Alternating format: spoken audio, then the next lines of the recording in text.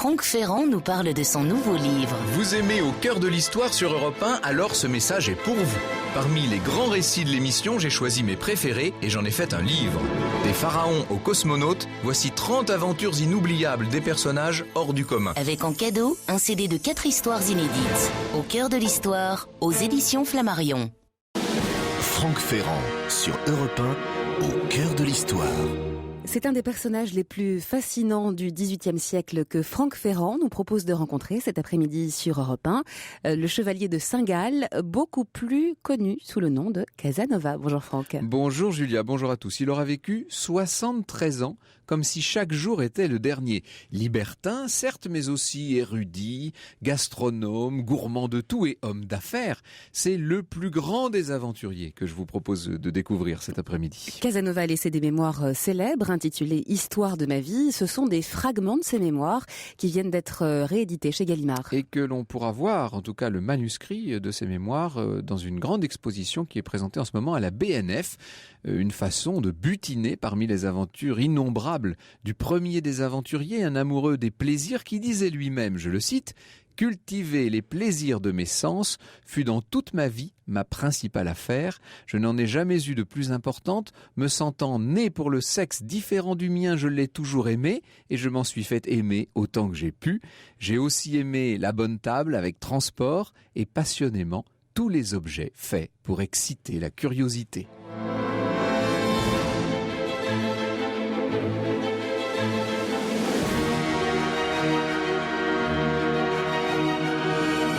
De 13h à 14h sur Europe 1, au cœur de l'histoire. Franck Ferrand.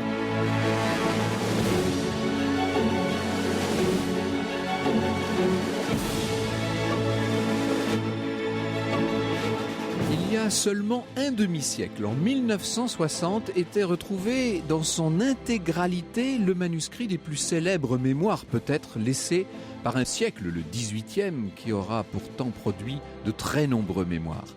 La légendaire « Histoire de ma vie » par Casanova lui-même. Rédigé en français à partir de 1797, d'une plume du reste extrêmement lisible, ce sont des souvenirs à la fois très directs et très enjolivés d'un aventurier bon auteur, je devrais dire bon conteur. Ce manuscrit, cette histoire de ma vie, les Parisiens en ce moment même peuvent l'avoir, nous y viendrons tout à l'heure, nous parlerons de cette exposition événement qui nous a donné l'idée de parler, je devrais dire, de reparler aujourd'hui de Casanova. S'il est un exercice dans lequel cet homme-là excella particulièrement, c'est bien celui qui consiste à raconter, en y mettant tous les détails, les grands épisodes d'une vie vécue, il est vrai, comme un véritable roman d'initiation. Il savait se mettre en scène. La disponibilité amoureuse, écrit Michel Delon. L'euphorie sensuelle sont celles d'un jeune homme en bonne santé sur lequel les vérolles passent sans laisser de traces. Ses convives apprécient son solide appétit. Ses maîtresses sont conquises par ses qualités physiques. Les uns et les autres se laissent emporter par sa gaieté. Où l'on se rappelle ce jugement de Félicien Marceau, je cite Félicien Marceau, « Casanova est un aventurier, c'est-à-dire par définition quelqu'un qui aussi a des aventures, mais toutes sortes d'aventures, y compris pas seulement des aventures avec les femmes. La vraie passion de Casanova est dans cette impatience, dans cette ambition sans but précis, dans cette force d'action morale qui le pousse toujours, selon sa propre expression, au-delà de la ligne sur laquelle il se trouve. » Avec Michel Delon, nous allons y venir tout à l'heure, on pourrait se demander si sa vraie passion n'était pas tout simplement la littérature. Je cite Casanova lui-même parlant du français. La grâce, écrivait-il, la grâce est la principale qualité de la langue française et c'est en vain que quiconque chercherait à s'approprier cette qualité s'il ne tendait d'abord au respect rigoureux des règles de la langue. Choix des mots, précision et simplicité des phrases. Toutes choses d'où naissent naturellement la clarté et la grâce, constituants uniques de la beauté, ces qualités naturelles, essence effective de la langue française, sont en fait les prestigieux attraits qui incitèrent tout le monde à l'adopter. Casanova, le tout premier. Ce texte-là a été découvert, ce que je viens de vous citer, a été découvert dans les archives d'État de Prague il y a une bonne trentaine d'années maintenant.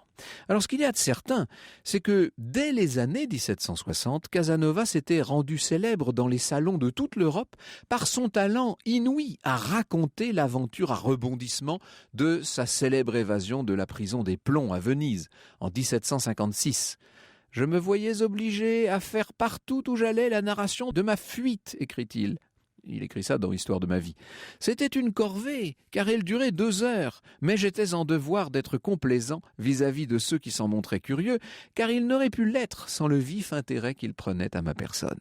2 heures de narration, pas moins, comme a pu en juger le grand ministre de Louis XV, le duc de Choiseul en personne.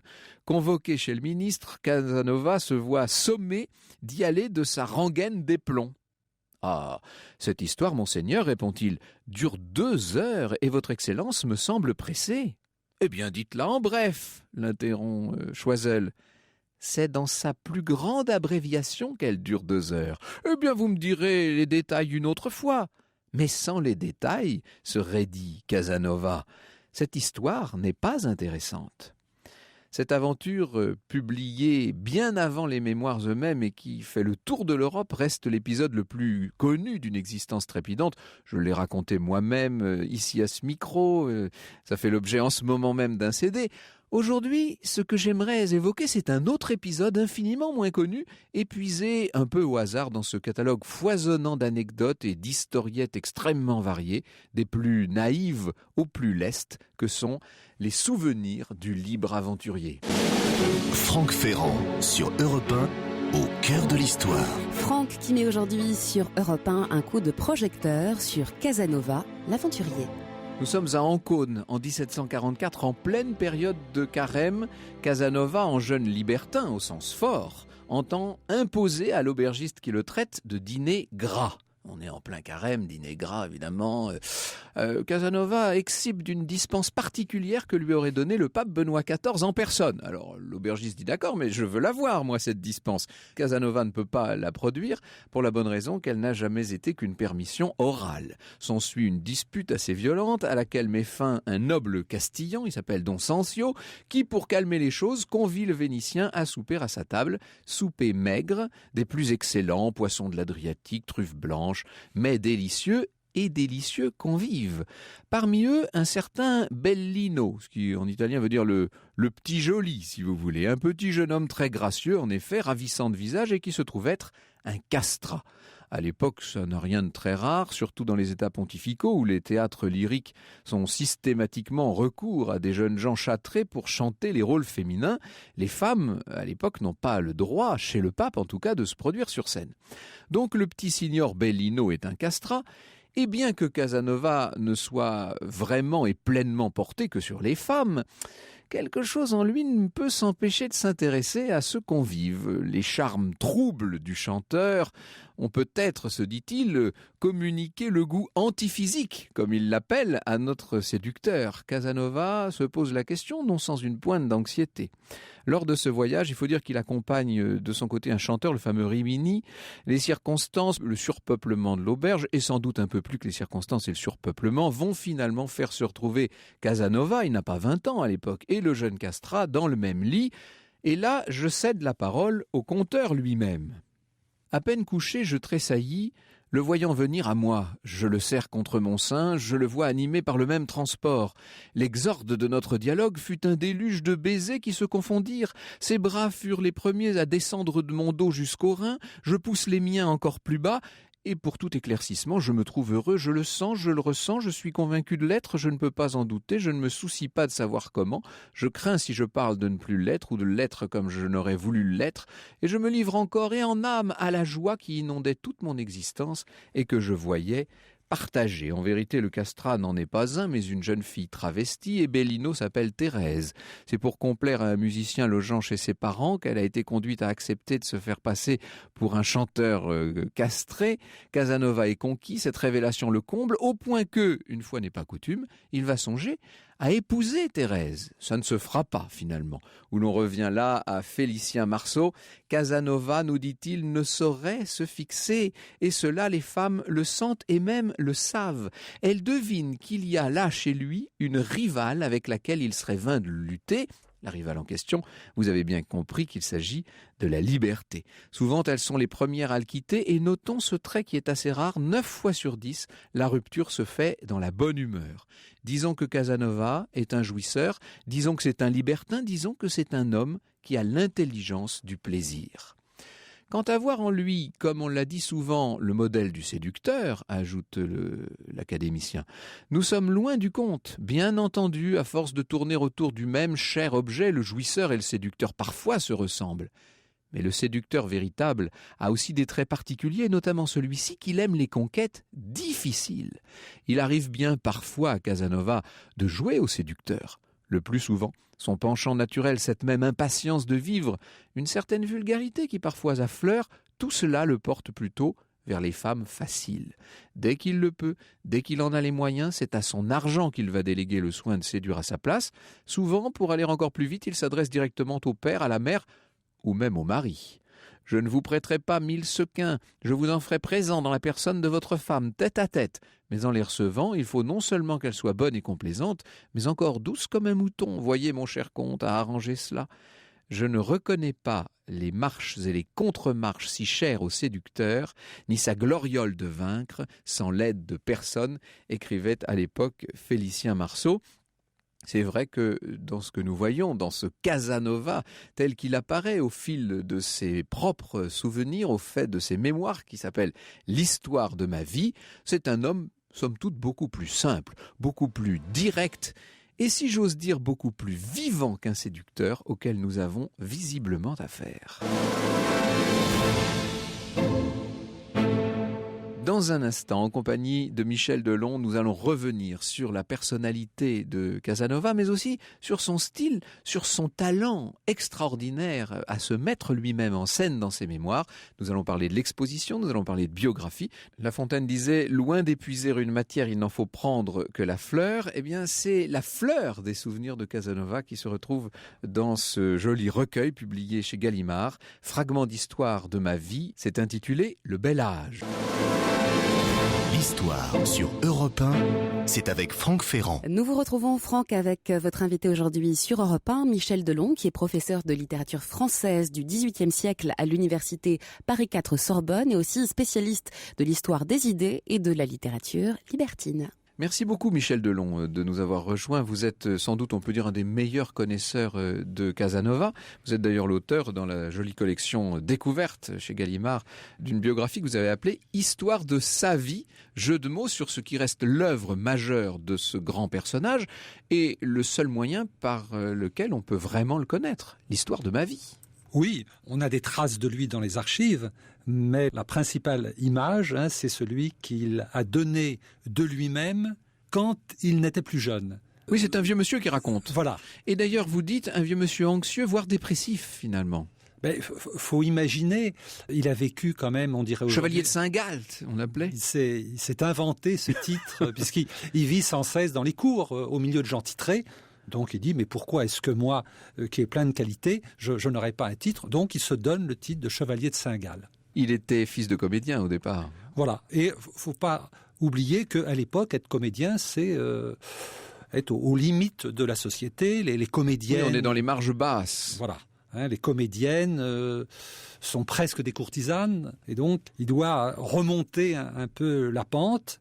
Il essaye de se faire reconnaître dans la bonne société.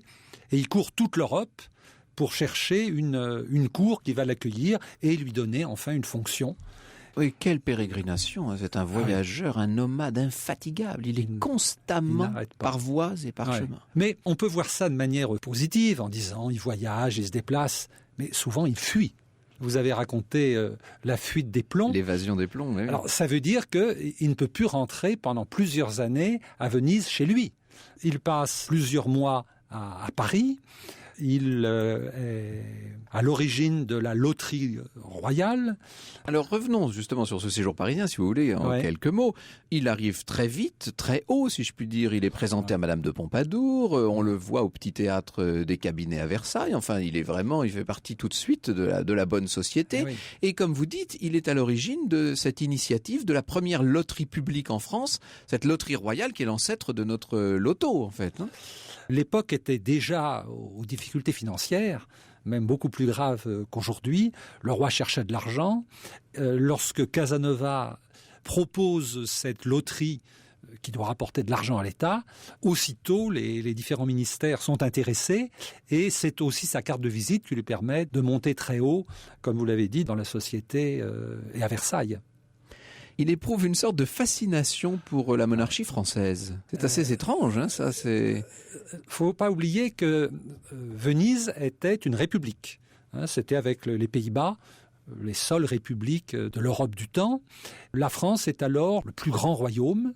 C'est l'époque, après Louis XIV, du rayonnement de la France. Le français est la langue diplomatique, donc il maîtrise le français. Il l'apprend parfaitement pour pouvoir être reconnu et invité. Il profite de sa prestance, de son charme. De son abattage, comme on dirait. Il a une capacité quand même à en imposer à ses interlocuteurs. Voilà. Et à passionner les gens aussi. Et en même temps, il sait jusqu'où il faut aller trop loin. Il va toujours un peu trop loin, mais par exemple, quand il est invité au Palais Royal, c'est la famille, les cousins du roi, les Orléans. Oui. Il sait que la duchesse d'Orléans demeure légère. Il songe, mais il ne se risque pas. Il est prudent, malgré tout. Oui, il a compris quand même qu'il y a certaines limites à ne pas franchir. Voilà. On le voit assister, ça c'est beaucoup moins dangereux, notamment au dîner, c'est-à-dire ce que nous appellerions nous le déjeuner de la reine de France, de Marie Leginska. Il regarde tout ça, il le décrit avec beaucoup de détails. Il a une passion, il faut dire, pour la table et pour la cuisine. Et il trouve que la reine mange très peu, alors que le roi a bon appétit et lui-même a très bon appétit. Et l'argent qu'il va gagner dans la loterie, il l'investit dans une manufacture de tissus. Il veut fabriquer des tissus luxueux. En fait, ça va être une catastrophe. Il va se ruiner rapidement. Il vit comme ça, toujours d'expédients. Oui. Il est toujours plein de projets. Et dans la maison qu'il installe, il a un excellent cuisinier et il reçoit tout Paris. Il est fameux par la qualité des repas qu'il propose. Finalement, il aimait les femmes, il aimait la cuisine, il aimait tous les plaisirs, tous les délices. Il aimait les bijoux, les tissus. Il aime s'habiller, il aime habiller les femmes qu'il désire et avec qui il vit. Oui, c'est un sensuel qui a le sens de toutes les possibilités du corps. C'est aussi un musicien. Il aime emmener ses conquêtes à l'opéra. Vous avez raconté l'histoire du castrat. Et alors, pour nous aujourd'hui, un castrat, ça nous met un peu mal à l'aise. À l'époque, les castrats déchaînent ça fascinait les foules. Oui. C'est les rockstars de l'époque. On voit le film Farinelli qui a rendu ça célèbre, évidemment. Oui.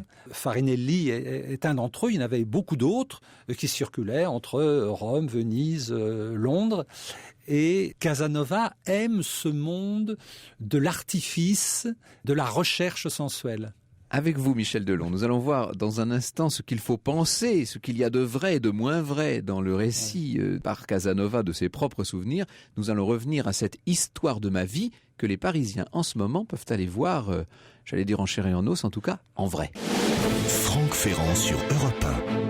Casanova, la passion de la liberté, c'est une exposition qui se tient en ce moment même à la Bibliothèque nationale de France et jusqu'au 19 février prochain. Ça laisse un peu de temps, mais enfin il va falloir y songer parce que souvent c'est le cas avec les expositions. On se dit j'ai le temps et puis finalement elle nous passe sous le nez. Qu'est-ce qu'on voit dans cette exposition à laquelle vous avez, au catalogue de laquelle vous avez contribué, Michel Delon? Eh bien, au centre, il y a le manuscrit, c'est-à-dire 10 volumes de texte écrit par Casanova lui-même dans les dernières années de sa vie, et c'est quand même assez émouvant. On voit qu'il y a le plaisir de former les mots, comme celui de former les phrases, et peut-être aussi de former un peu les histoires qui composent les mémoires. Oui, alors, la première édition au 19e de ces mémoires avait été... début 19e, dans les années 1820. Totalement réécrite, parce qu'on se disait... un Vénitien, un Italien peut pas savoir écrire bien en français. Et puis malgré tout, il y a quand même beaucoup d'histoires trop grivoises. Donc on avait censuré. Et seulement en 1960, c'est-à-dire un siècle et demi après sa rédaction, qu'on a découvert le véritable manuscrit. Et d'une certaine manière, on fête là les 50 ans, c'est ça ? Voilà. Et la Bibliothèque nationale, grâce à un mécène, a eu la chance d'acquérir ce manuscrit.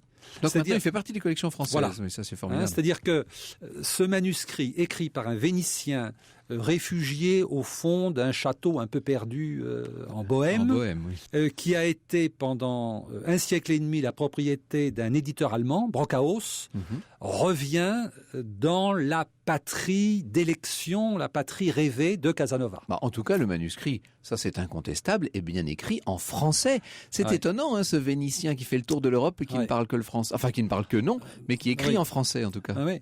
Alors que sa première langue, c'est le vénitien. Qui est une sorte de dialecte. Oui. Ensuite, il apprend le latin, l'italien, et c'est à 15-20 ans qu'il parfait son français. Il estime avoir un public plus large. Il s'adresse à une postérité européenne en choisissant d'écrire en français. Et ce qui est étrange, c'est qu'il écrit très tard. Il s'y met en 1797. Oui. Il a beaucoup écrit déjà. Il met des textes techniques, des textes historiques. Il a traduit des romans français en italien. Et il y a 2 épisodes de sa vie très valorisants qu'il a rédigés. Un duel. Contre un Polonais, il faut que vous nous racontiez contre un noble polonais. Ouais.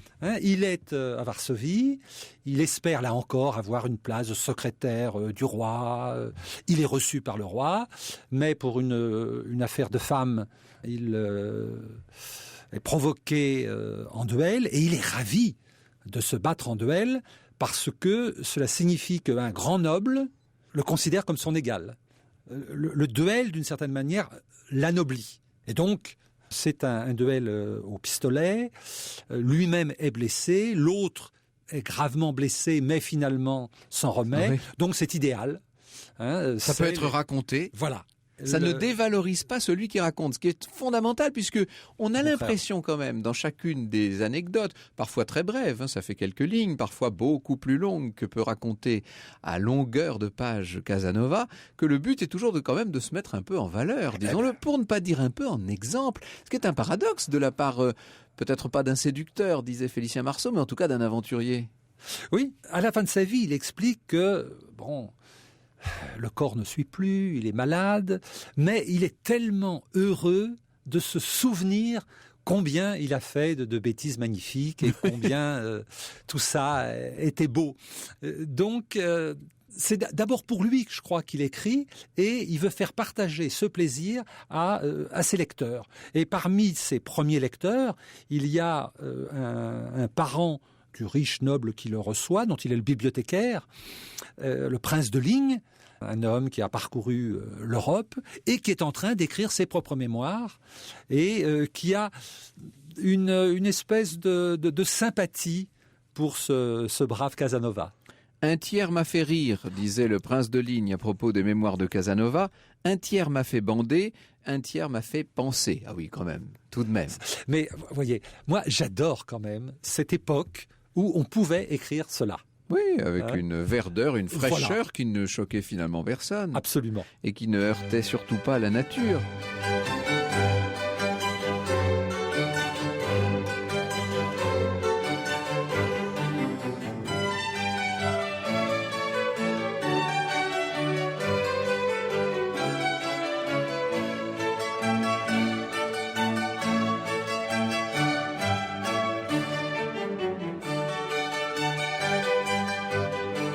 Un extrait sur Europe 1 du concerto pour 2 mandolines et cordes de Vivaldi. Restez avec nous, Franck Ferrand nous parle aujourd'hui du chevalier de Saint-Gall, alias Casanova. Franck Ferrand sur Europe 1, au cœur de l'histoire. Jusqu'à 14h sur Europe 1, Franck et son invité Michel Delon lèvent le voile sur Casanova. Alors, dans ce recueil qui s'appelle Le Bel Âge, on insiste sur la dimension très juvénile, finalement, des anecdotes racontées par ce vieux monsieur. C'est pour lui une sorte de bain de jouvence ? Oui, je ne vais pas dire que c'est ce qui lui reste, mais enfin, ces dernières années sont quand même difficiles. Alors, il a encore des choses neuves. Par exemple, il est en contact avec Da Ponte, qui est le librettiste de Mozart. Bien sûr. Et on rêve qu'il ait même rencontré Mozart, qu'il ait eu une place dans la genèse de Don Giovanni. Il y a eu un film il y a quelques années sur ce thème. Mais la littérature est essentielle pour tenir et pour avoir encore des vrais plaisirs de la mémoire et de la remémoration. Alors, bien sûr, parfois, il en rajoute. On n'est pas totalement sûr, mais nous-mêmes, si nous avions à raconter tel ou tel épisode de nos 15 ans ou de nos 20 ans, aujourd'hui, on parle de mise en récit. C'est-à-dire que dès qu'on se met à organiser ses souvenirs, eh bien, l'organisation fait qu'on en rajoute, on embellit, mais le résultat en vaut la peine. Mais c'est ça. Et on a l'impression, parce que non seulement lui se remémore, mais il nous plonge dans une sorte de dynamisme. C'est ça qui est extraordinaire. Ouais. On ne ressort pas du tout indemne de cette lecture. On a envie, en fait, de vivre soi-même et d'attraper la vie à bras-le-corps. Ça, c'est quand même la grande leçon d'un manuscrit comme celui-là. Absolument. Sa cité natale, c'est Venise, qui à l'époque est déjà une ville de tourisme et une ville qui, la moitié de l'année, est en carnaval. En fait, et d'une certaine manière, il va transporter à travers toute l'Europe et dans ses mémoires ce style du carnaval. Au moment du carnaval, on a le droit de se déguiser, on a le droit d'être différent, peut-être un peu, de se présenter sous des jours différents. On a le droit aussi à des aventures aux limites et un peu au-delà de l'interdit. C'est le carnaval, on peut tout se permettre, eh bien il s'est permis tout au long de sa vie. Oui, il est séducteur, mais il s'arrange pour que tout se passe bien. Non, il ne peut pas épouser, bien sûr, la jeune femme. Il y a toujours une excellente raison pour ne pas l'épouser. Mais il va lui trouver un mari. Et le mari va être d'accord. Et il va doter. Il donne une dot. Et d'autre part, il semble bien être athée. Lui qui avait fait des études de théologie. Enfin, quand même, au départ, il se destinait à devenir... Enfin, voilà. on le destinait à devenir prêtre au tout départ. Oui. Je le dis, les abbés de cour un peu lestes, c'est pas ce qui manquait ni à Venise ni au XVIIIe siècle. D'ailleurs, ses aventures à Venise, c'est avec 2 religieuses et avec l'ambassadeur de France à Venise, abbé de Bernis, qui va devenir cardinal. Donc, on peut être libertin et continuer sa carrière. Mais lui, il ne continue pas sa carrière. Il est, semble-t-il, athée, libre penseur, il lit les philosophes français du XVIIIe, mais il n'éprouve pas le besoin du blasphème. Il accepte les accommodements, et même il a dû mourir avec les sacrements de l'Église.